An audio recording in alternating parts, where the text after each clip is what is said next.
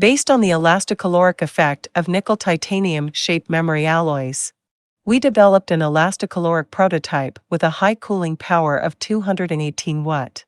The prototype is very compact and can be put on a desktop. Within 5 minutes, the water is cooled from 24 degrees Celsius to 6 degrees Celsius, which can be used to cool the air. We also obtain 80 degrees Celsius hot water, which can be used for heating for cold regions and seasons.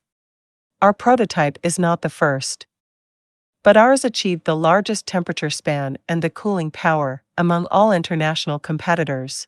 There is plenty of room for improvement of the elastocaloric cooling performance by optimizing the refrigerant structure or using more advanced materials.